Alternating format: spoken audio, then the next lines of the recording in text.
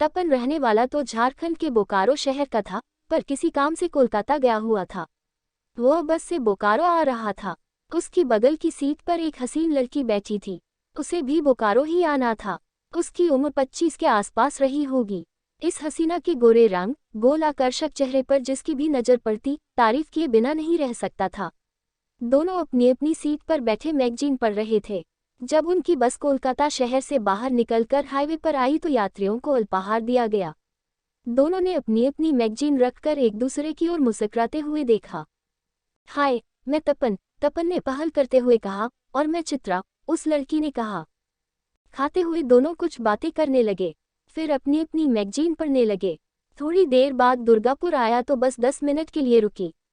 तपन ने उतरकर चाय पी और एक कप चाय चित्रा के लिए लेकर बस में चढ़ गया। चित्रा ने थैंक्स कहते हुए चाय लेकर पीना शुरू की। कुछ देर बाद जब बस आसनसोल के पास पहुंचने वाली थी तभी अचानक बस रुक गई। कुछ यात्री सो रहे थे तो कुछ जगे थे, पर बस के अचानक रुकते ही सोने वाले यात्री भी जग गए। यात्रियों ने पहले तो आपस में एक दूसरे से बस रुकने का कारण जानना चाहा, पर सही कारण किसी को पता नहीं था। तभी कंडक्टर ने यात्रियों को बताया कि किसी बड़ी दुर्घटना के कारण रोड जाम है और यह जाम खत्म होने में काफी समय लग सकता है। यात्री बस के अंदर ही आराम करें। थोड़ी देर में बस का एसी बंद कर दिया गया। गर्मी के दिन थे, ज्यादातर लोग बस से नीचे उतर गए। तपन भी नीचे आ चुका था, पर चित्रा बस में ही बैठी रही। उसने खिड़की खोल रखी थी। तपन ने उसकी ओर देखा तो उसे महसूस हुआ कि वह चिंतित है। तपन ने उससे नीचे आने को कहा, क्योंकि बस में गर्मी बहुत थी पर बाहर अच्छा लग रहा था। चित्रा बस से नीचे आ गई पर काफी बेचैन लग रही थी। उसे देखकर कोई भी कह सकता था कि वह चिंतित और सहमी थी। तपन ने उसकी चिंता का कारण जानना चाहा तो वह बोली, मुझे बोकारो बस स्टैंड पर लेने एक दूर के रिश्तेदार आने वाले हैं। अब पता नहीं बस कब पहुंचे। रात भर तो वे बस स्टैंड पर वेट नहीं कर सकते हैं, पर आज रात मेरा बोकारो पहुंचना भी बहुत जरूरी है। इस आपदा के बारे में तो किसी ने नहीं सोचा था, पर तुम चिंता न करो, अपने रिश्तेदार को फोन कर मना कर दो कि वे तुम्हारा वेट न करें। जाम की सुबह के बाद ही खत्म होने की उम्मीद लगती है। वह भी श्योर नहीं है, सुबह होने के बाद ही कोई विकल्प सोचा जा सकता है। चित्रा ने फोन कर अपने रिश्तेदार को बस स्टैंड आने से मना तो कर दिया, पर उसकी आंखें भर आई थी जिसे तपन ने आसानी से देख लिया था। उसकी परेशानी वैसी ही बनी थी। तपन ने पूछा, क्या बात है, तुम कुछ ज्यादा ही परेशान लग रही हो। सभी यात्री फंसे हैं, सबको बोकारो ही जाना है, हम सब मजबूर हैं। तुम्हारी कोई खास वजह हो तो चाहो तो बता सकती हो, शायद मैं कुछ मदद कर सकूं। वो कुछ देर चुप रही, फिर बोली, मेरा आज रात बोकारो पहुंचना बहुत जरूरी है। कल सुबह मेरा एक बहुत ही जरूरी काम है। समय पर न पहुंचने से बहुत नुकसान हो सकता है। वैसे तो मुझे जानने का कोई हक नहीं है, पर अगर कुछ खुलकर कहो तो कोई हल खोजने की कोशिश जरूर करूंगा। अपने को थोड़ा संभालते हुए कहा, कल सुबह 7 बजे मुझे कोर्ट में हाजिर होना है और यह दिन कोर्ट का आखिरी वर्किंग डे है। उसके बाद कोर्ट लगभग 2 महीनों के लिए समर वेकेशन के चलते बंद हो जाएंगे। अगर आज रात तक ही पहुंचना है तो मैं कोई विकल्प देखूं क्या? मैं आजीवन आपकी आभारी रहूंगी। कुछ हो सके तो करें प्लीज। तपन ने बस के कंडक्टर से पूछा कि आखिर जाम क्यों लगा है तो उसने बताया कि आगे पुलिया पर एक ट्रक खराब हो गया है। वहां बस इतनी जगह बची है कि एक 2 व्हीलर ही निकल सकता है। दोनों तरफ से बड़ी गाड़ियों का जाम लगा है। तपन ने जब उसे आगे कहा कि उसका जल्दी आगे जाना बहुत जरूरी है, कोई उपाय सुझाव, तो कंडक्टर ने कहा कि अगर आपके पास सामान ज्यादा नहीं है तो पैदल पुलिया पार कर रिक्शे से टैक्सी स्टैंड तक जाकर बोकारो की टैक्सी पकड़ लो, पर बस का भाड़ा वह नहीं लौटा सकता।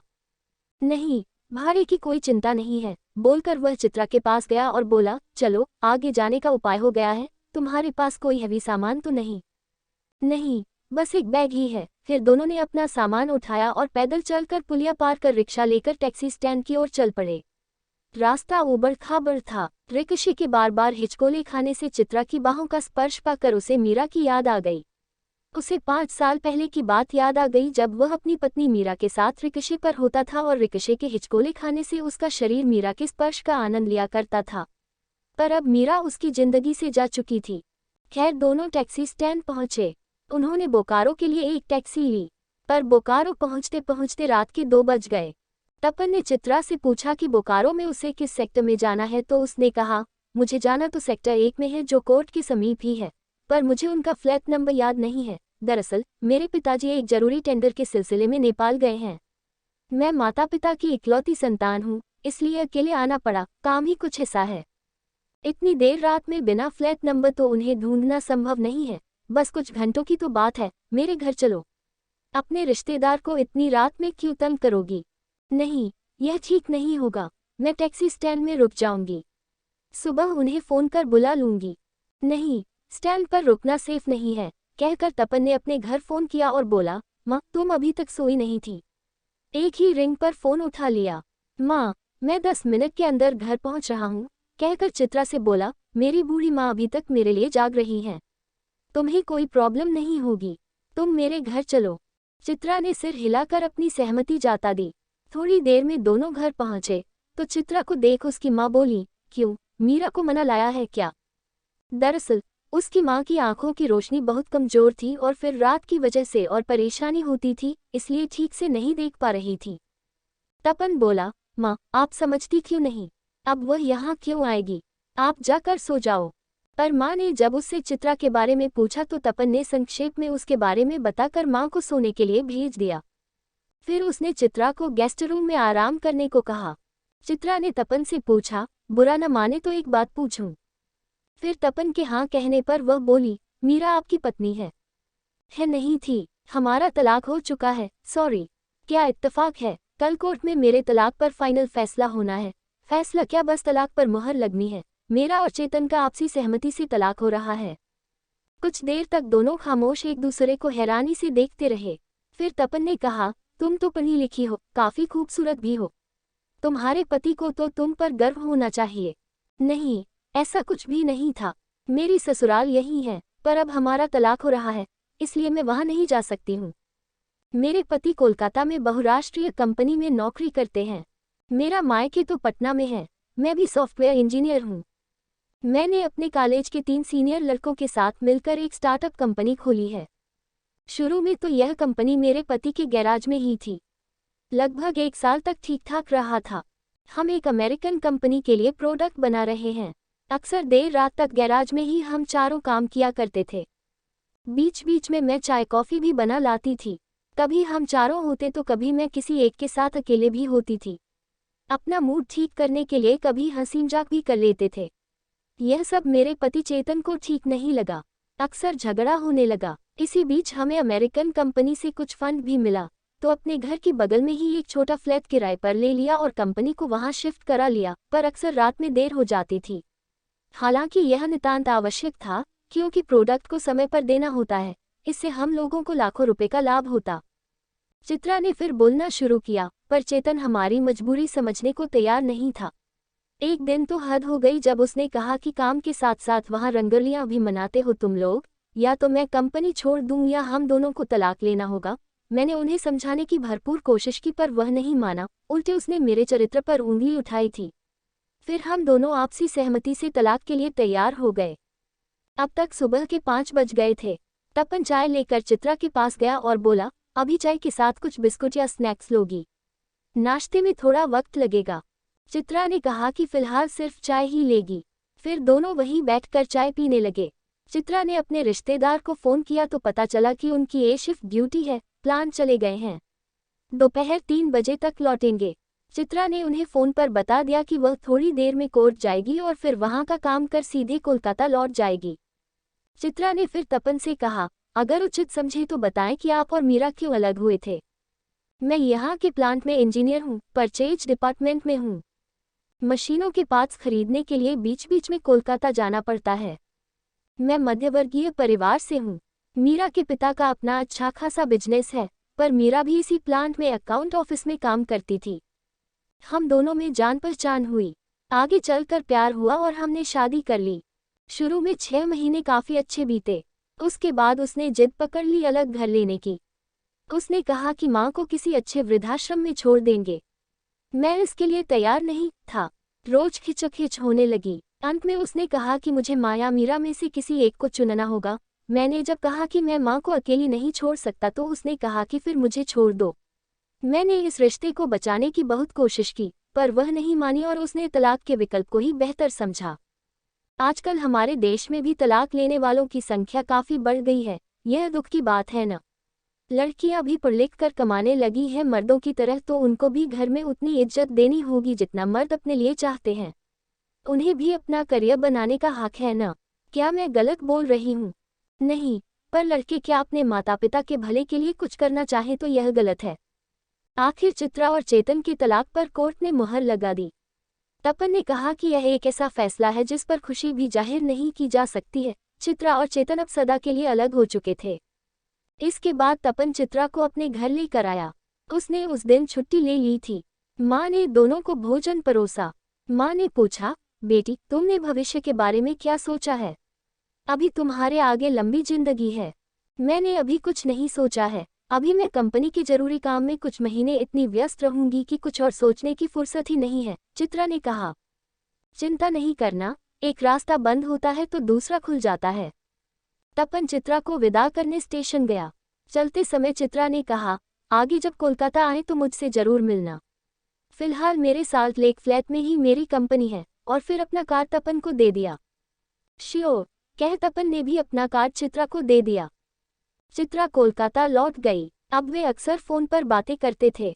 तपन ज्यादातर चित्रा के काम और स्वास्थ्य के बारे में पूछता, तो चित्रा तपन और उसकी माँ के बारे में।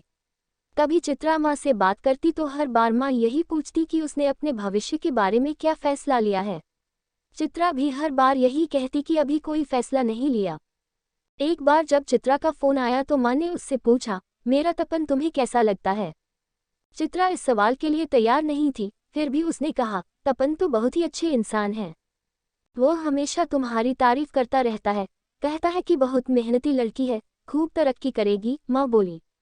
यही तो उनका बड़प्पन है। कुछ दिनों के बाद तपन को कोलकाता जाना पड़ा। वो चित्रा से मिला। चित्रा ने उसे अपने हाथों से खाना खिलाया। दोनों ने काफी देर तक बातें की, पर केवल काम से संबंधित। चलते समय चित्रा ने उसे फिर आने को कहा और हाथ मिलाकर विदा किया। यह तपन और चित्रा का दूसरा दैहिक स्पर्श था। पहला स्पर्श रिकशे पर हुआ था। इधर चित्रा का प्रोजेक्ट पूरा होने जा रहा था। उसका टेस्ट चल रहा था, जिसके बाद प्रोजेक्ट को अमेरिकन कंपनी को बेचा जाना था। इधर तपन की मां की तबीयत काफी खराब थी। चित्रा भी सुनकर आई थी। बोकारो में बड़े अस्पताल नहीं थे, तो चित्रा ने तपन को उन्हें कोलकाता ले चलने को कहा। वो स्वयं टैक्सी बुक कर मां और तपन के साथ कोलकाता आई। मां को बड़े अस्पताल में भर्ती कराया गया। 2 हफ्ते में तपन की मां को अस्पताल से छुट्टी मिल गई। इस बीच तपन चित्रा के फ्लैट में रहा। चित्रा और तपन अब थोड़ा करीब आ चुके थे। दोनों एक दूसरे को बेहतर समझ रहे थे। तपन की मां को अस्पताल से छुट्टी मिली तो चित्रा उन्हें भी अपने घर ले आई थी और कहा था कि यहाँ कुछ दिन आराम करने के बाद ही लौटना। 1 हफ्ते तक वे चित्रा के फ्लैट में ही रहे। 1 सप्ताह बाद तपन मां के साथ बोकारो लौट रहा था, पर चलते समय मां ने चित्रा से फिर कहा, बेटी तुमने तो अपनी बेटी से भी बढ़कर मेरा ख्याल रखा है। कुदरत तुम्हारी हर मनोकामना पूरी करे, पर मेरी बात पर भी सोचना। कौन सी बात मां? चित्रा ने पूछा। अपने और तपन के बारे में। आपके आशीर्वाद से मेरा प्रोजेक्ट पूरा हो गया है। 2 हफ्तों के अंदर ही इसके अच्छे परिणाम मिलने की आशा है, फिर आपकी बात भी मान लूंगी। तपन और मां दोनों चित्रा की ओर देखने लगे। चित्रा की तरफ से पहला पॉजिटिव संकेत मिला था। इधर चित्रा के माता पिता भी उसके लिए चिंतित रहते थे। चित्रा ने तपन की चर्चा उनसे कर रखी थी। उसने कहा था कि बोकारो जाने वाली एक रात की बात ने चित्रा को काफी इम्प्रेस किया है। इतना ही नहीं, चित्रा के पिता ने एक बार चुपके से बोकारो आकर तपन के बारे में जानकारी भी ले ली थी। वे तपन से संतुष्ट थे। उन्होंने अपनी सहमति चित्रा को बता दी थी। इसके 1 महीने के अंदर ही चित्रा ने तपन को फोन पर बताया कि उसका प्रोडक्ट अमेरिका की कंपनी ने अच्छी कीमत देकर खरीद लिया है। उसकी कंपनी के चारों पार्टनर्स को 5-5 करोड़ रुपए का फायदा हुआ है। तपन की मां ने चित्रा से फोन पर कहा, तुम्हारी सफलता पर बहुत बहुत बधाई। देखा, तपन ने ठीक ही कहा था कि तुम बहुत मेहनती लड़की हो और जल्द ही तुम्हें तरक्की मिलेगी। सब आप लोगों के आशीर्वाद से है। अब तो तेरा प्रोजेक्ट भी पूरा हो गया, तो बता तपन के बारे में क्या सोचा है? मैंने कहा था न कि तपन बहुत अच्छे इंसान हैं। मुझे भी अच्छे लगते हैं। इसके आगे मैं क्या बोलूं? हाँ, एक और सरप्राइज है। मेरी कंपनी को अमेरिका से बहुत बड़ा ऑर्डर मिला है।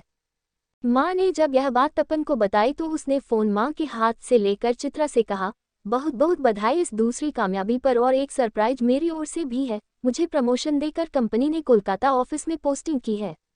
1 हफ्ते के अंदर ज्वाइन करना होगा, फिर माँ ने चित्रा से कहा, अब तो और इंतजार नहीं कराना है, नो मोर इंतजार माँ जी।